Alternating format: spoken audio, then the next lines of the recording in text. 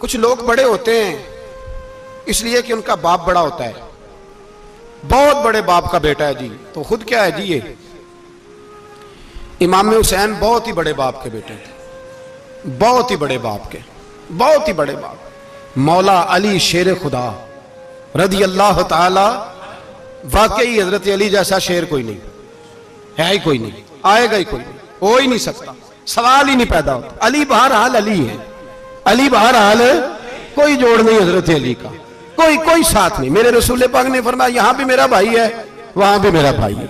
हजरत अली का कोई मुकाबला कर सकता? इतने बड़े बाप का बेटा। हजरत इमाम हुसैन खुद भी बहुत ही बड़े थे, इमाम हुसैन खुद भी अल्लाह जानता है बहुत बड़े थे। कहते हैं गद्दी पे बैठ गया, इसे कोई जरूरत नहीं, लेकिन इमाम हुसैन ने ऐसे नहीं किया। इमाम ज़ैनुल आबिदीन फरमाते हैं मेरे अब्बा जी इमाम हुसैन फर्ज नमाजों के अलावा एक दिन में 100 नफल अदा किया करते थे, और एक रवायत में फरमाते हैं 1000 नफल पढ़ा करते थे। कितने? चलो तुसी 50-50 पढ़ ले, बताओ तो सही ना कितने।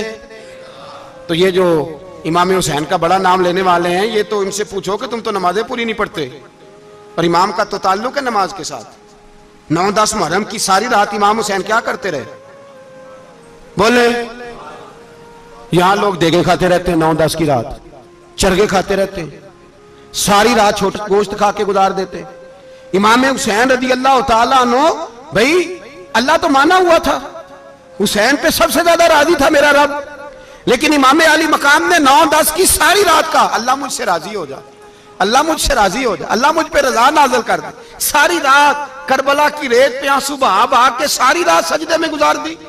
तू तमाशा करके सो जाता है और कहता मैं बड़ा हुसैनी हूं। इमाम अली मकाम बहुत बड़े थे, इबादत गुजार थे, रियाजत बड़ी करते थे। इमाम हुसैन के घर का काबा था, अपना था। जो शय करीब होती है उसकी कदर नहीं होती। सऊदी अरब में बहुत सारे लोग अभी भी रहते हैं जिन्होंने हज नहीं किया, कहते हैं इधर ही चले जाएंगे। हमारे बहुत सारे पाकिस्तानी जिनकी ड्यूटियां मक्के में लग गई हैं, वो कभी हमें वहां मिलने आए तो हम कहते हैं जनाब आप आते नहीं, कहते हैं आते हैं कभी कभी। उनको हरम शरीफ की वो कदर। लेकिन इमाम हुसैन अली मकाम का किरदार ये था कि मदीने से दोनों भाई मदीने से पैदल जाया करते थे मक्के का हज करने। किस तरह? वो उन्होंने ये नहीं कहा हमें रियाजत की जरूरत नहीं, इबादत की जरूरत नहीं, हम तो हुजूर का खून है, बख्शे बख्शाएं। पैदल मदीने से दोनों शहजादे और इस तरह पैदल जाते थे, एक दफा नहीं, 2 दफा नहीं, 25-25 हज दोनों ने पैदल मक्के जाके अदा फरमाया। 25-25 हज।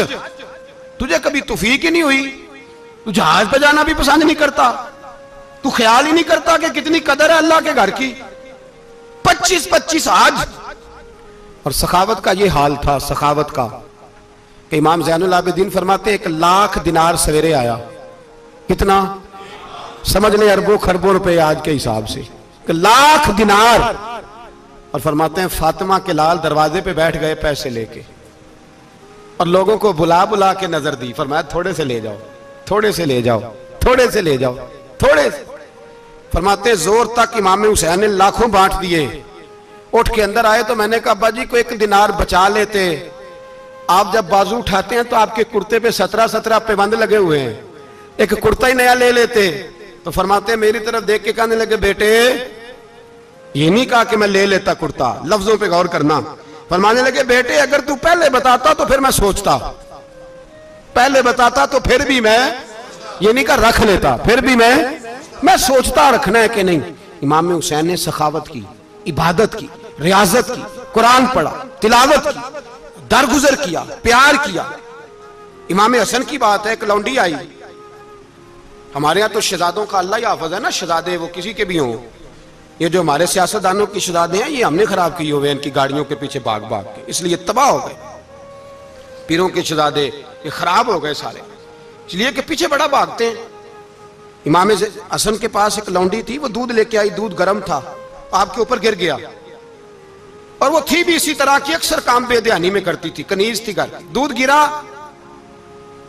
तो वो कांपने लगी कि मैंने कई गलतियां की, अब तो बहुत सख्त गलती है। गर्म दूध इमाम पे पड़ गया तो इमाम साहब ने तिलावत शुरू कर दी इमाम हसन ने, वल काज़िमीन अल गैज़ वल आफीना अनिन नास वल्लाहु युहिब्बुल मुहसिनीन।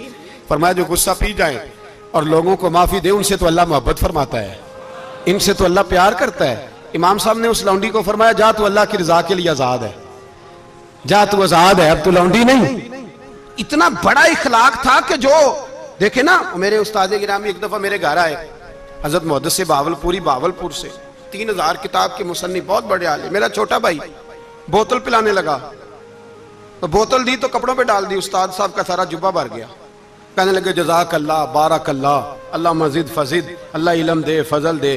तो मैंने कान में कहा, मैं क्या उस्ताद जी इन्नियां दुआवां देनियां जानते, मैं आप रोड छड़दा। उसने क्यों ये किया है, मगर इतनी दुआएं देनी थी तो मैं डाल देता आपके कपड़ों पे पानी शरबत, आपने इतनी दुआएं दे दी। बुजुर्ग जलाल है का मिजाज नहीं, वो शहजादे होते हैं जिनकी तबीयत पे नागवार गुजरता है कि ये कैसे होगा। यूं इमाम हुसैन इमाम हसन ने किसी जगह भी शहजादे बन के वक्त नहीं गुजारा, और मेरे नबी पाक ने भी उन्हें शहजादे नहीं बनाया। हम सब के बच्चे शहजादे हैं, जितने भी हम हैं ना। मेरा बच्चा जी मुंह से बात निकालता है तो मैं पूरी कर देता हूं, फिर भी नाफरमान है। मैंने कहा इसीलिए नाफरमान है। अगर आधी पूरी करते और आधी ना करते तो उसे पता होता कि कहीं सब्र भी करना है। हमारा बच्चा रोटी ना पके तो घर में टीवी भी तोड़ देता है, उसकी अम्मा खाना टाइम पे ना पकाए तो बर्तन तोड़ता है। क्यों? हमने उसकी आदतें खराब की हैं।